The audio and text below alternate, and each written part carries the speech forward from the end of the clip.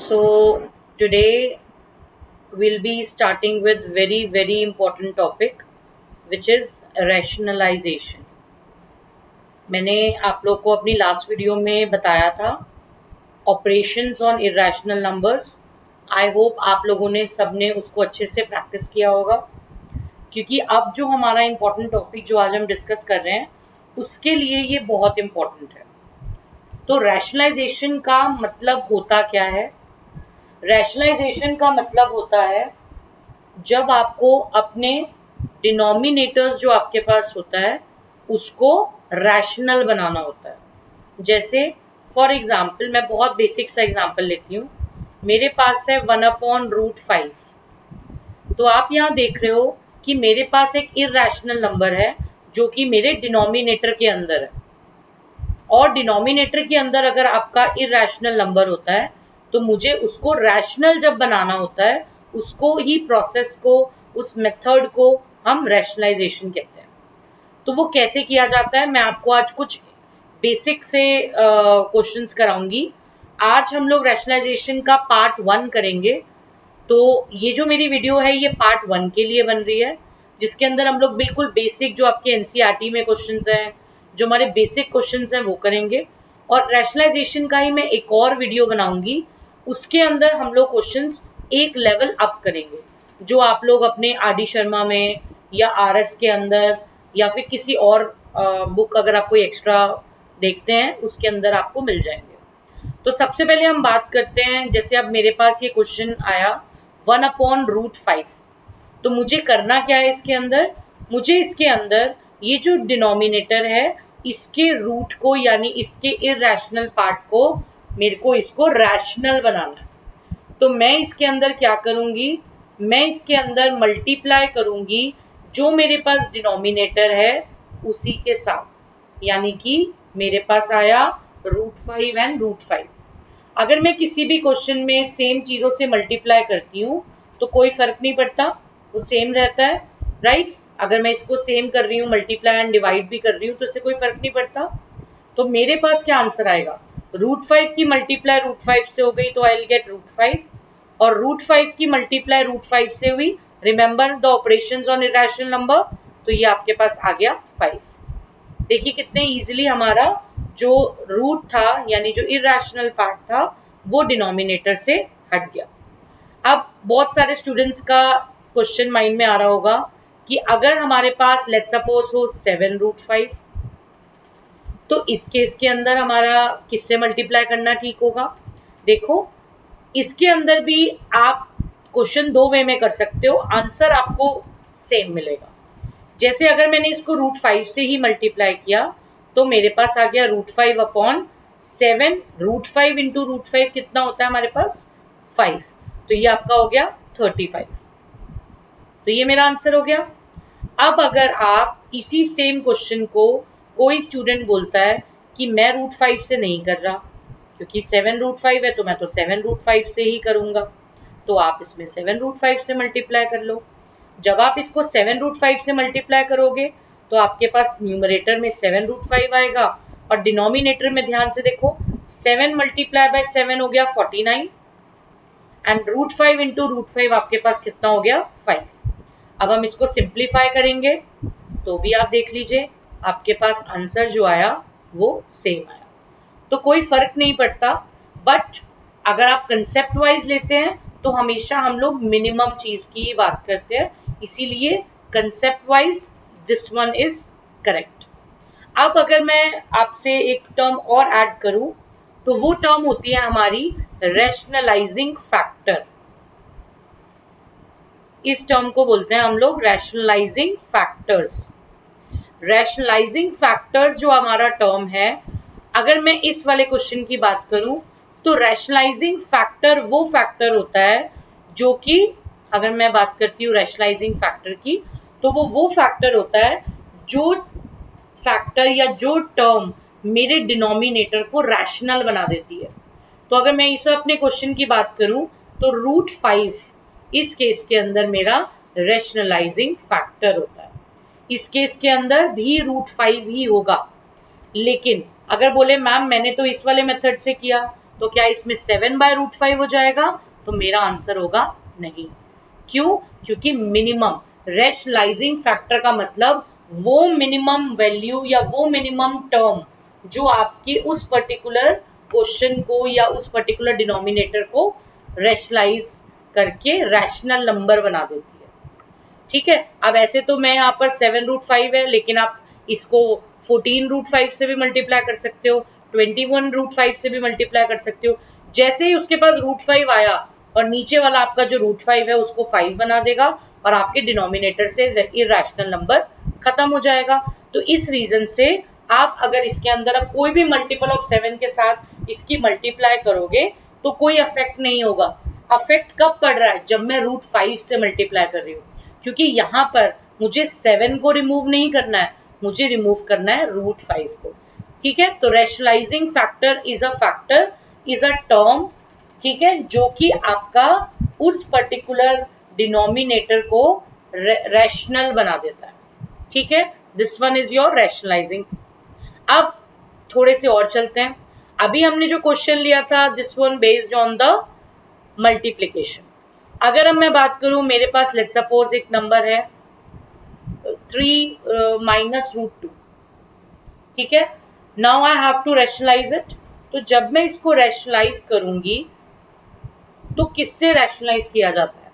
तो बहुत ध्यान से देखिएगा, जो ये दो टर्म्स आपके पास है,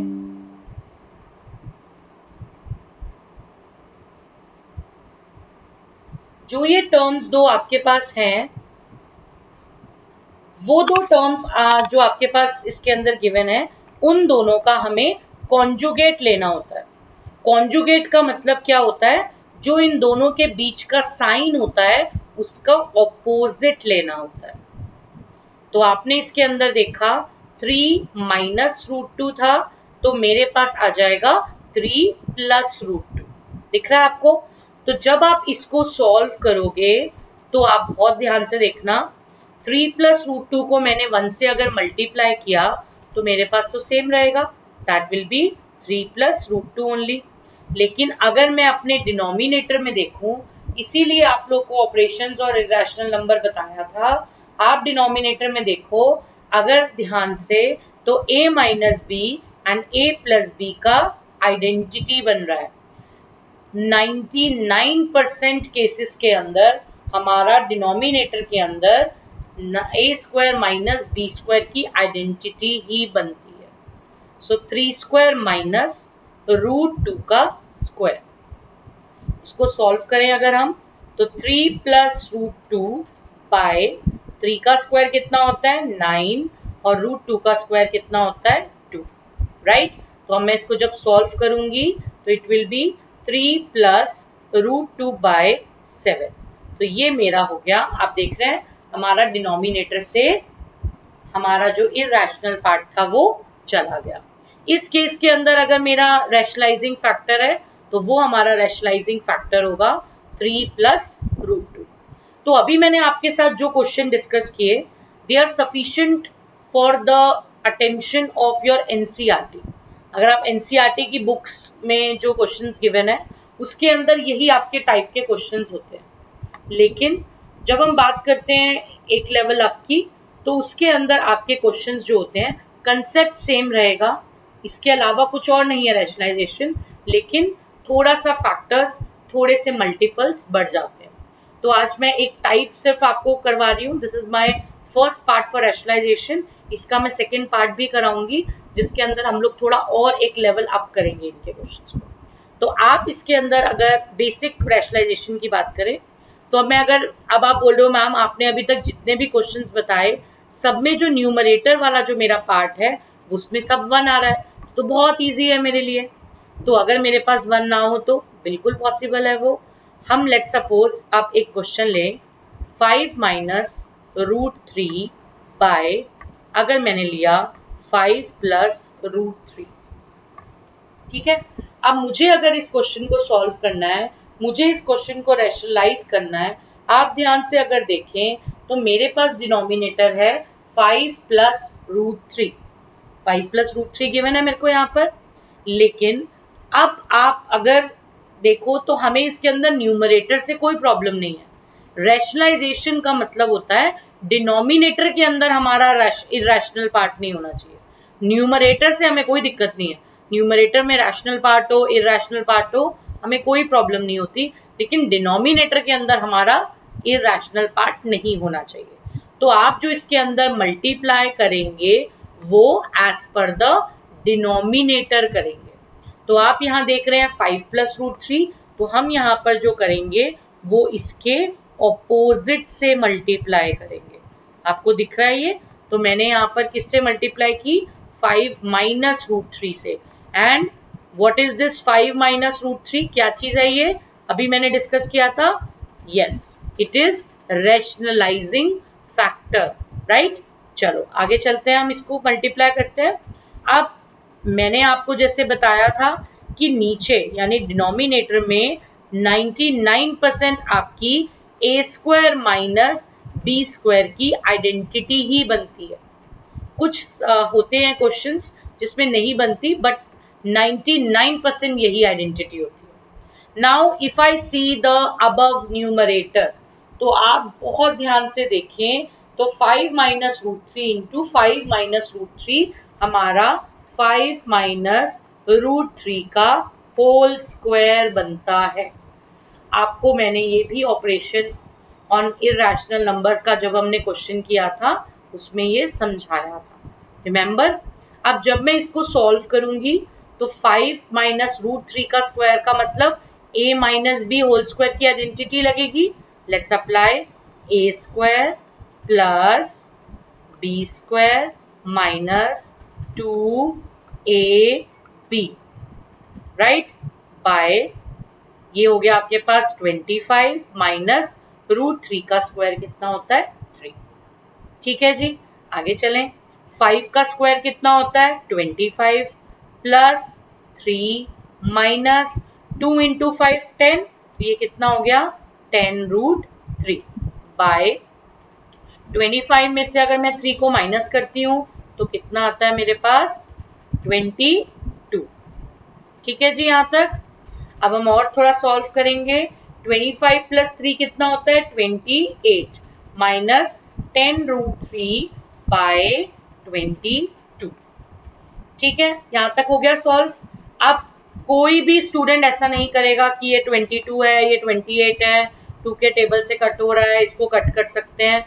बिल्कुल भी आप ऐसा कुछ नहीं करेंगे। ठीक है, हम ऐसा नहीं करते हैं, बिकॉज ऊपर आप देख रहे हैं 10√3 भी सब्ट्रैक्ट हो रहा है, तो एक ऊपर आपकी पूरी टर्म है। तो आपके पास जब ये साइन प्लस में हो यहाँ पर, या दो टर्म्स के बीच में माइनस हो, तो हम कभी भी इनको इस तरीके से कट नहीं कर सकते। आप जब इनको सॉल्व करोगे तो आप हमेशा कॉमन लेकर कट करोगे। तो आप जब इसको सॉल्व करोगे तो आप इसमें यू कैन टेक कॉमन। तो हमने अगर यहाँ से 2 कॉमन ले लिया तो हमारे पास आ जाएगा 14 माइनस 5√3 बाय 22। ये और ये आपका कैंसिल हो जाएगा। अब आपके पास जो आंसर आएगा दैट विल बी 14 माइनस, मैं am writing here 14 minus 5√3 by 11। देखिए ये आपका हो गया फाइनल आंसर। ठीक है, आई होप आपको ये समझ में आ रहा होगा। आई होप आपको समझ में आया होगा कि रैशनलाइजेशन कैसे किया जाता है। ठीक है, इस तरीके से हमारे जो क्वेश्चंस हैं उनका लेवल थोड़ा थोड़ा इंक्रीज होता जाता है। वो हम अपना जो सेकेंड वीडियो बनाएंगे उसके अंदर डिस्कस करेंगे। ठीक है, तब तक के लिए आप लोग एटलीस्ट ये वाला जो मैंने आपको बेसिक बताया है रैशनलाइजेशन का, उसको ध्यान से कीजिए, और आप खुद भी इसके कुछ डिजिट्स को इधर उधर बदल कर और आप इनके क्वेश्चंस को सॉल्व कर सकते हो। ठीक है, it will take some time, लेकिन ट्राई करो। Rationalisation is very very important topic और आपको ये बहुत अच्छे से आना चाहिए। जिनको ये मेरा मल्टीप्लाई और ये वाला कंसेप्ट समझ में नहीं आया, प्लीज़ आप लोग मेरी ऑपरेशंस ऑन इरेशनल नंबर वाली वीडियो देखो। उसमें मैंने आप लोग को बताया है कि कैसे हम लोग चीज़ों को मल्टीप्लाई करते हैं या ऐड करते हैं या डिवाइड करते हैं या सब्ट्रैक्ट करते हैं। उसके बाद आप लोग को ये मैंने जो आपको अभी होल स्क्वायर और ये a² - b² या मल्टीप्लाई जो अभी हमने किया, ये कैसे किया जाता है ये हम एक्सप्लेन कर सकते हैं। ठीक है students, So I'll be taking one more video on the same topic. So this one will be my first part, and rationalization second part I'll be taking soon. जैसे ही मैं इसको जल्दी से लूंगी, आई होप कि आप तब तक ये वाले अपने वीडियो का और ये वाले क्वेश्चंस का प्रैक्टिस करेंगे. If you like the concept, if you like it, so please do share it with your friends, so that हम लोग जो ये एक क्लास 9th का जो मैं सिलेबस स्टार्ट करा है, आई होप कि ये और लोगों के पास जाए और स्टूडेंट्स के पास जाए, और it will be beneficial for them. Till then, take care of yourself. Have a nice day, and we'll be meeting after a small break with my next video on rationalization. Okay, students? Bye bye.